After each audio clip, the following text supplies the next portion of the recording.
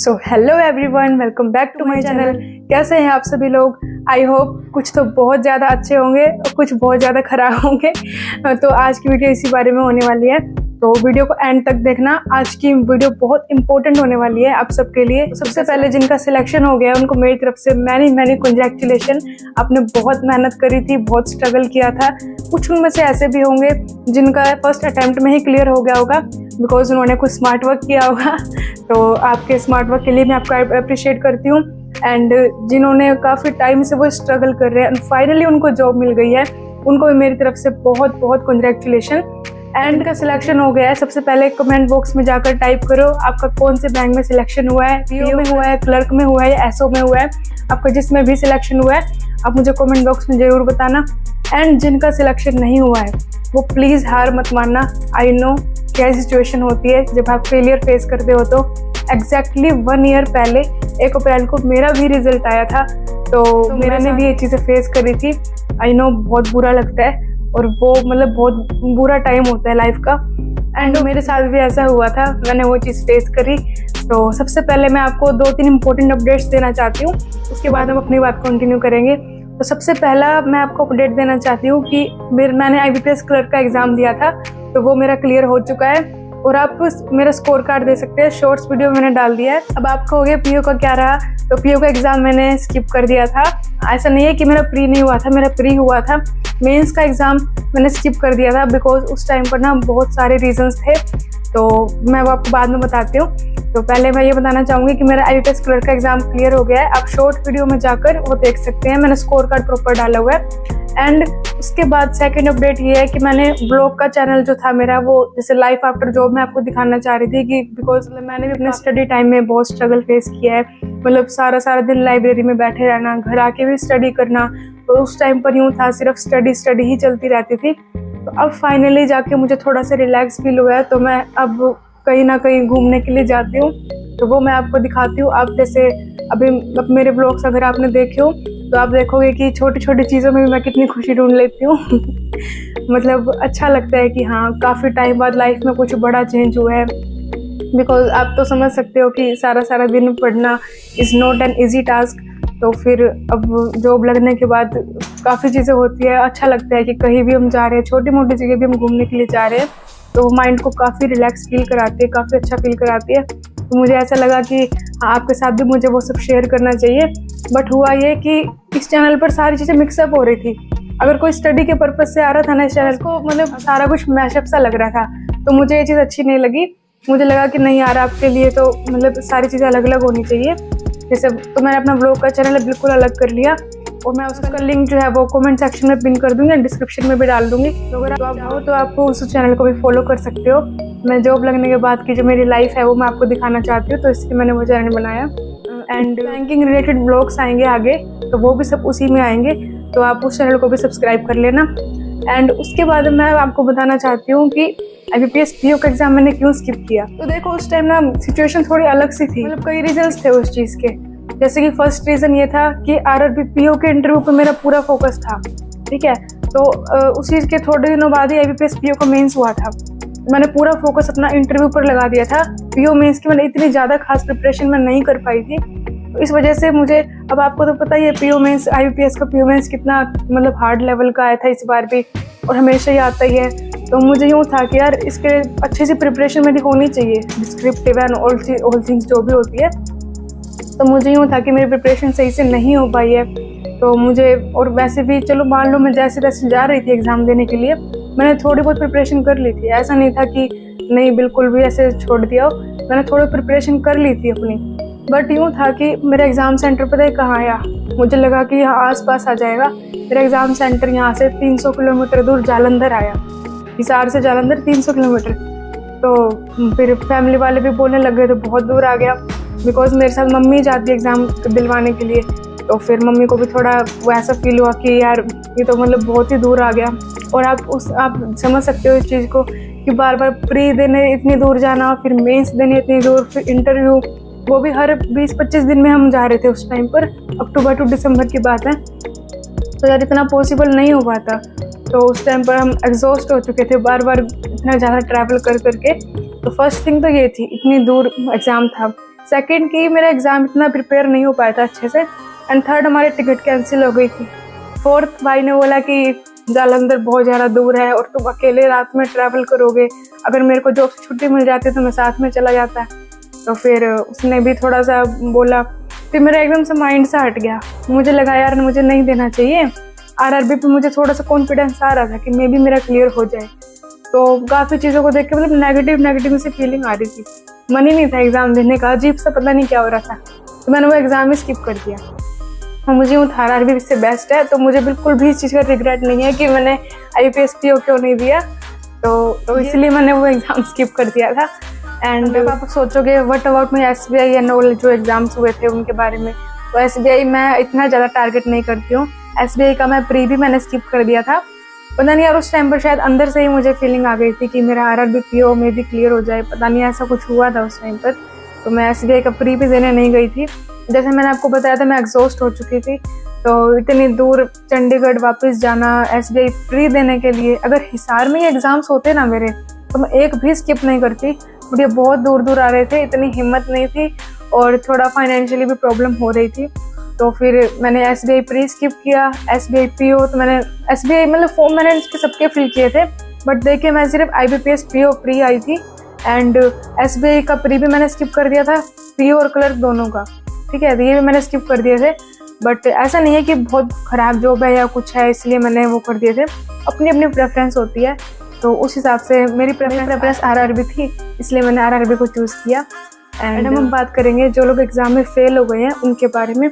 तो आप बिल्कुल भी टेंशन मत लेना, ये होता है, मेरे साथ भी हुआ था। एंड आप मानोगे नहीं, मैं भी कई बार फेल हुई हूँ। तो अप्रोक्स 16 to 17 टाइम्स आप कह सकते हो।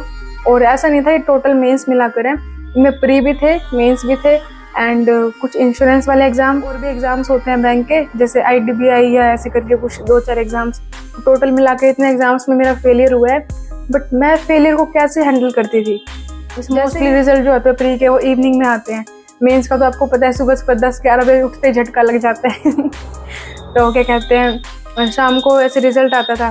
तो मेरा क्या होता था उस टाइम पर कि हाँ यार कोई बात नहीं, मैं मतलब जैसे रिजल्ट आने पर थोड़ा सा पहले से इतना ज़्यादा मैं डरती नहीं थी। मुझे यूँ था कि चलो देखते हैं यार क्या होता है, थोड़ा तो ऐसे डर होता ही है। बट मैं उस टाइम क्या करती थी, जैसे ही रिजल्ट आता था तो देखा भाई उसमें प्री है, मेंस है, जो भी है, क्लियर हुआ है नहीं हुआ है। अगर क्लियर नहीं होता था तो मैं क्या करती थी, मैं मतलब जैसे इवनिंग में तो मैं लाइब्रेरी से घर चली जाती थी अराउंड 6 to 7 PM। तो अगर रिजल्ट आता था किसी दिन मूड ऐसे अजीब सा हो जाता था तो मैं थोड़ा 1 घंटा पहले मैं घर चली जाती थी, या फिर मैं अपनी स्टडी कंटिन्यू करके कि हाँ भाई चल फेल तो हो गई है, नेक्स्ट एग्जाम में तो अच्छे से होए, तो मैं उस टाइम पर घर जाना प्रेफर करती थी। बिकॉज मुझे लगता था कि टाइम वेस्ट क्यों करना, कोई बात नहीं क्लियर, अगला तो एटलीस्ट ख़राब ना होए। और अगर ज़्यादा ही कभी मूड ख़राब हो जाता था तो मैं 1 घंटा पहले घर आ जाती थी। आने के बाद मम्मी को बताती थी, डिस्कस करती थी, और कम से कम 2-3 घंटा मेरा अफसोस रहता था। वो भी ऐसे नहीं कि मैं बहुत ज़्यादा डिप्रेस हो गई कि यार नहीं हुआ ऐसे ऐसे। मैं स्कोर कार्ड को डीपली एनालाइज करती थी कि मेरी कमी कहाँ रह गई। और मेरा एक सब्जेक्ट बहुत वीक था, तो मैं आपको बताऊंगी बाद में इसमें क्या था, तो उस बारे में हम बाद में बात करेंगे। तो एक सब्जेक्ट वीक था, मैं हमेशा उसकी वजह से ही मेरे मेंस रह जाते थे। तो फिर यार उसमें मतलब बहुत दिमाग ख़राब होता था कि हमने इतना अपना 100% दिया, क्वांट भी अच्छा है, रीजनिंग सब चीज़ें मतलब अच्छी है, एक सब्जेक्ट की वजह से हम रह गए। तो उस टाइम बहुत दिमाग ख़राब होता था। तो मैं क्या करती थी, उस सब्जेक्ट को लेकर अपनी न्यू स्ट्रेटजी बनाती थी, रिसर्च करती थी। जैसे जिस टाइम में आप अफसोस करते हो ना बैठकर कि यार हमारा ये एग्ज़ाम रह गया, अब हमें क्या करना चाहिए, अब मतलब आप अफसोस में डूब जाते हो कि यार नहीं हुआ। उस टाइम में मैं रिसर्च करती थी, मतलब किस तरीके से क्या हो सकता है, इसको मैं और अच्छे से कैसे बना सकती हूँ। उसकी स्ट्रेटजी में प्रॉपर लिखती थी कि हाँ अब मुझे किस तरीके से करना है। अब मैं पेन पेपर इतना यूज़ नहीं करती थी, मैं अपने फ़ोन में नोट्स यूज़ करती थी। तो मैं नोट्स में लिखती थी कि मुझे अब इस चीज़ को किस तरीके से हैंडल करना है। यूट्यूब पर या जैसे भी जो भी स्ट्रेटजी होती थी वो मैं मतलब सबसे जानने की कोशिश करती थी, जो जिन्होंने टॉप किया है या फिर जिनका एग्ज़ाम क्लियर हुआ है उनसे मैं जानने की कोशिश करती थी कि भाई आपने किस तरीके से क्लियर किया है। और स्पेसिफिक सब्जेक्ट के रिगार्डिंग जिसमें मैं वीक हूँ उसके रिगार्डिंग मैं जानने की कोशिश करती थी कि मैं उसको किस तरीके से टैकल कर सकती हूँ। फिर उस चीज़ को मैं नेक्स्ट डे मॉर्निंग में ही मैं बिल्कुल भी नहीं रोती थी, मैं बिल्कुल भी इतना ज़्यादा डिप्रेस नहीं होती थी। मेरा ये एटीट्यूड था, कोई बात नहीं यार, कॉम्पिटिटिव एग्ज़ाम है तो इसमें तो फेलियर होते ही हैं, जिस दिन आप पास हो जाओगे उस दिन तो जॉब लग ही जाएगी, लेकिन तब तक तो आपको फेलियर फेस करने पड़ेंगे ना। तो ये चीज़ होती है यार कि आपको अगर आप फेल हो भी गए देन इट्स ओके, कोई बहुत बड़ी बात नहीं है। आई नो अगर आप काफ़ी टाइम से प्रिपेयर कर रहे हो, बहुत स्ट्रगल कर रहे हो तो आपके लिए बहुत बड़ी बात है, बट आपको एनालाइज भी तो करना चाहिए ना। क्या पता आपका कोई सब्जेक्ट ऐसा हो जो आपको बार बार, जिसकी वजह से आपका सिलेक्शन ना हो रहा हो और आप उस चीज़ को पहचान ही नहीं पा रहे, ये तो आपकी गलती हुई ना। इसलिए तो आप किसी को, सामने वाले को कह नहीं सकते कि तेरी वजह से नहीं हुआ, तेरी वजह से नहीं हुआ या ऐसा कुछ भी। तो आपको वो चीज़, अपनी वीकनेस पहचाननी होगी कि किस वजह से आपका नहीं हो रहा है। मैं जैसे स्कोर कार्ड देखती थी, मैं अपनी वीकनेस देखती थी कि हाँ कहाँ मुझे, मतलब कहाँ मैं लैग कर रही हूँ, और वो देखने के बाद मैं क्या करती थी, उस चीज़ को अच्छे से एनालाइज करना, उस पर रिसर्च करना, न्यू स्ट्रैटेजी बनाना और नेक्स्ट मॉर्निंग से ही स्टार्ट कर देना। तो नेक्स्ट मॉर्निंग होते ही मैं उस चीज़ को इम्प्लीमेंट करने लग जाती थी। 1 वीक तक मैं उस चीज़ को इम्प्लीमेंट करती थी अच्छे से, हाँ ये स्ट्रैटेजी वर्क कर रही है या नहीं कर रही है। अगर नहीं करती थी तो मैं कुछ और चीज़ें देखती थी, मतलब मैं एक्सपेरिमेंट करती रहती थी कि हाँ मेरी चीज़ें जो भी है अच्छे से इम्प्रूव हो। तो मैं इम्प्रूवमेंट की तरफ बहुत फोकस रखती थी।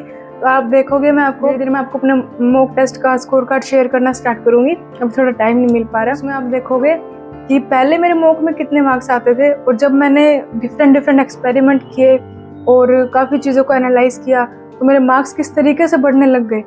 आप मानोगे नहीं, मेरी 60,000 स्टूडेंट्स में रैंक 1 आई हुई है, और ऐसा 1-2 बार नहीं हुआ, कई बार हो चुका। तो वो चीज़ें मैं आपको बताऊंगी कि किस तरीके से आप खुद को इम्प्रूव कर सकते हैं और कहाँ से आप मतलब चीज़ों को मतलब कैच कर सकते हो। जैसे क्वांट के रिगार्डिंग अब क्या स्ट्रैटेजी होनी चाहिए, reasoning, current affair, English, descriptive and interview, ये सब चीज़ें आपको कैसे फेस करनी है, आपको कौन सा कंटेंट उठाना है, कौन सा मटेरियल उठाना है, कहाँ से आपको पढ़ना है, ये सारी चीज़ें मैं आपको बिल्कुल प्रॉपर तरीके से बताऊंगी। और इस तरीके से कहते हैं ना कि हाँ सक्सेस का कोई शॉर्टकट नहीं होता, शॉर्टकट मैं आपको बताऊंगी किस तरीके से, जो मैंने ठोकरें खाई है, मैंने एक्सपेरिमेंट किए हैं, तो क्या चीज़ें आपको नहीं करनी है, क्या चीज़ें आपको डेफिनेटली फॉलो करनी है। जो कंटेंट मटेरियल होते हैं, जैसे आप मानोगे आजकल बहुत सारे टीचर्स हैं जो अच्छा पढ़ाते हैं, ऐसा नहीं है कि चलो कंटेंट ज़्यादा है तो कुछ अच्छा होगा कुछ बुरा होगा। बहुत सारे टीचर्स हैं तो काफ़ी अच्छा पढ़ाते हैं, बट फिर भी आपके माइंड में कंफ्यूजन रहती है कि हम किससे पढ़े, किससे पढ़ना चाहिए, किसको अवॉइड करना चाहिए, हमारे कितना टाइम अपनी सेल्फ स्टडी को देना चाहिए, कितना क्या होना चाहिए। तो वो सारी चीज़ें मैं आपको बहुत प्रॉपर एक रोड मैप होता है ना, वो मैं आपको प्रोवाइड कराऊंगी, जिससे आप बहुत जल्दी अपने मार्क्स इंप्रूव कर पाएँ और अपने कॉन्सेप्ट को बहुत अच्छे से क्लियर कर पाएँ। बिकॉज ना यार मैं जानती हूँ उस चीज़ को बहुत ज़्यादा कन्फ्यूज़न होती है कि हम ये इनको फॉलो करें, उनको फॉलो करें, क्या करें क्या ना करें। तो मैं आपको वो चीज़ें बताऊँगी जो आपको प्रॉपर फॉलो करनी है, और हम साथ में सब चीज़ें लेकर चलेंगे। मैं आपको टारगेट्स दूंगी, अब आपको ये करना है, अब आप मुझे बताओगे मॉक में आपके कितने मार्क्स आए, आपकी इंप्रूवमेंट हुई या नहीं हुई, आप कहाँ लैग कर रहे हो। और आपको खुद से कनेक्ट करूँगी बाय टेलीग्राम और बाय इंस्टाग्राम, जैसे आप चाहोगे उस तरीके से। तो आप कमेंट करके बताना आप कैसे मेरे साथ ऐड होना चाहते हो। तो मैं आपको प्रॉपर एक मतलब टारगेट दिया करूँगी कि अब आपको ये चीज़ें करनी है, अब आपको ऐसे करना है, ठीक है। तो ये हो गई हमारी इस बारे में बातें। अब आपको क्या करना है, अब आपको कमेंट सेक्शन में टाइप करना है कि आप कितने मार्क्स से रह गए हो और कौन से एग्ज़ाम में रह गए हो, ठीक है। और मैं उनके बारे में बात नहीं कर रही जिनका सिर्फ 0.25 से या 0.5 से रह गया, उनके लिए तो बहुत बड़ी बात है, आई नो।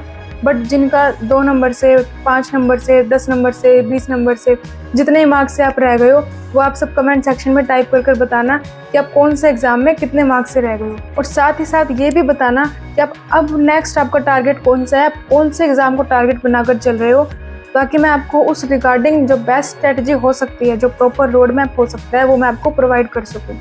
और यार फेलियर चलते रहते हैं, इट्स ओके, आप इतना ज़्यादा मतलब डिप्रेस मत हो जाया करो। कोई फ्रेंड्स के मेरे पास कमेंट आए कि मैं रोया या मैं बहुत रोई, ऐसे हो गया वैसे हो गया मेरे साथ। यार आई नो रोना तो आता ही है, मैं अपना एक्सपीरियंस बताती हूँ कि मेरे साथ क्या हुआ था। जैसे अब मैं 15 to 16 एग्ज़ाम में फ़ेल हो चुकी थी, तो एटीट्यूड मेरा यही था कि हाँ कोई बात नहीं, चलो ठीक है, हो जाएगा।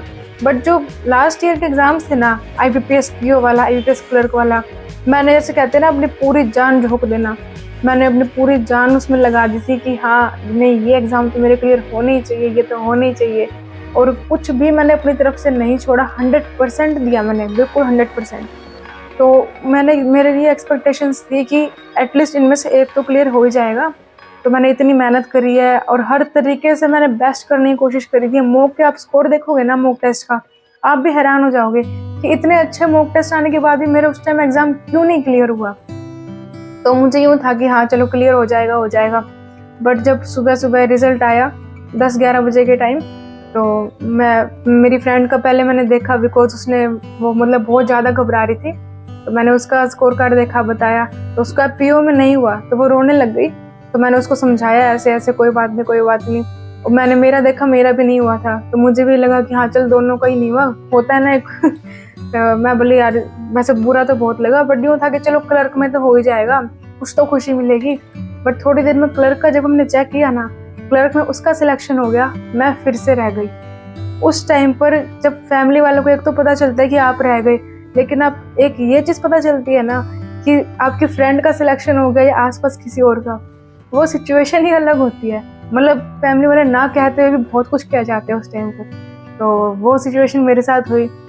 मैं ना तो कभी रोती थी, ना मैं डिप्रेस होती थी, बट उस दिन मेरे साथ पता नहीं क्या हो गया। मतलब इतनी ज़्यादा एक्सपेक्टेशन लगाई थी ना, इतना हार्ड वर्क किया था कि पूछो मत। तो फिर मेरे को यूँ था कि नहीं यार क्लियर हो जाएगा। बट जब नहीं हुआ ना, तो तब भी मैं नहीं रोई, मतलब यूँ था कि ना नहीं रोना ऐसे। तो पूरा दिन मेरा ऐसे ही चला गया, माइंड में वो चीज़ इकट्ठी होती गई कि हाँ यार नहीं हुआ इस तरीके से। तो मैं पूरा दिन उस चीज़ को, टॉर्चर को अंदर ही अंदर फील करती रही यार ठीक है ऐसे। और उस फ्रेंड को देखो, एक मैंने तो उसे इतनी हिम्मत दी कि हाँ भाई चल कोई बात नहीं, तेरा पीओ में नहीं हुआ, क्लर्क में हो जाएगा, उसको फुल सपोर्ट किया। और जब उसका क्लियर हो गया, मेरा क्लर्क में भी नहीं हुआ, उसका एक फ़ोन भी नहीं आया, तो मुझे उस टाइम बहुत शौक लगा। मैं बोली यार ये क्या हो गया, उसने तो कोई हिम्मत ही नहीं बनाई, कुछ किया ही नहीं। और जो एक मेरा कज़न था, उसने क्या किया, उसने सीधा मुंह पे जवाब दे दिया कि तू चाहे 0.25 से रह गई हो, लेकिन तू रह तो गई ना, मैं तो ये देखूंगा कि तू रह गई, कितने मार्क्स से रह गई हो वो मैटर नहीं करता।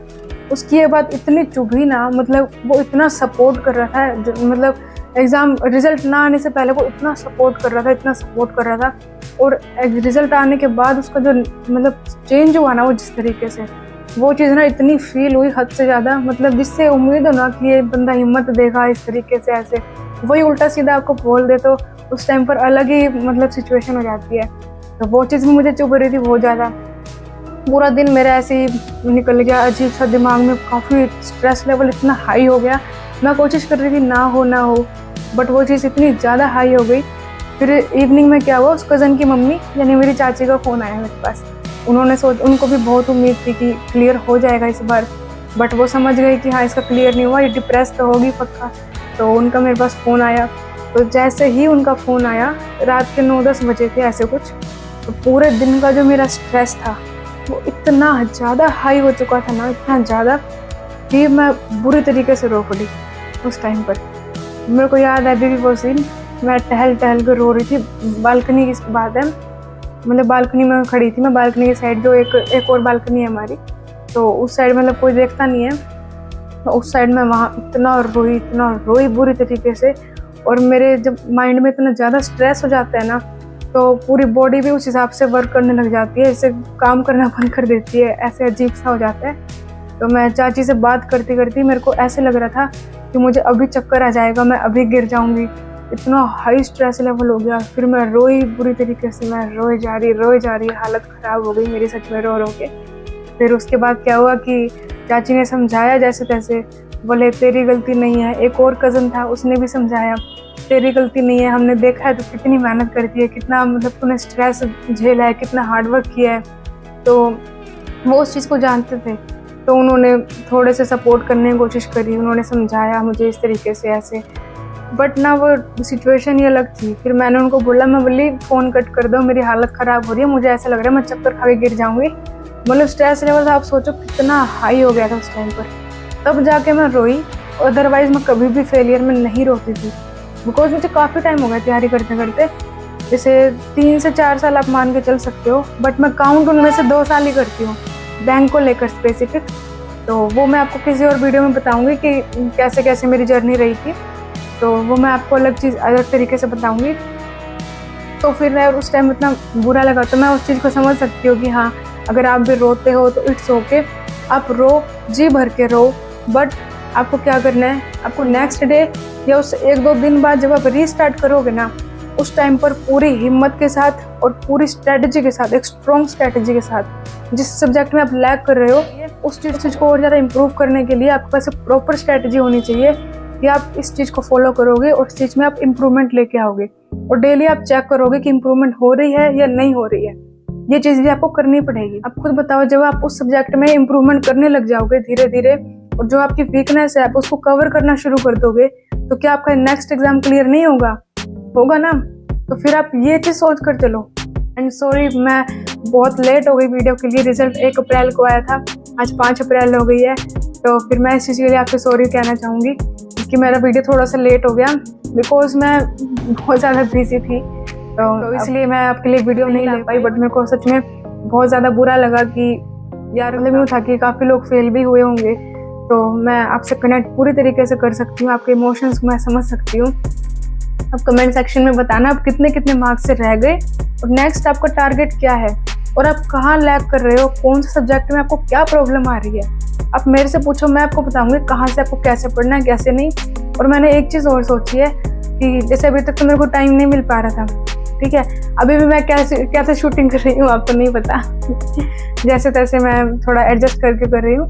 तो फिर मैं आप एक चीज़ सोच रही हूँ कि मैं आपके लिए quant, reasoning, English, descriptive, interview, मेरा इंटरव्यू एक्सपीरियंस है जो वो, and current affair, banking awareness, जो भी आपके डाउट्स होते हैं हर सब्जेक्ट के लिए मैं एक अलग अलग सेपरेट वीडियो बना दूँ, ताकि आपको जिस सब्जेक्ट में आप वीक हो उस वीडियो को क्लिक करो, वहाँ से उस चीज़ को ऑब्जर्व करो अच्छे से और फिर उसको इम्प्लीमेंट करो, ठीक है।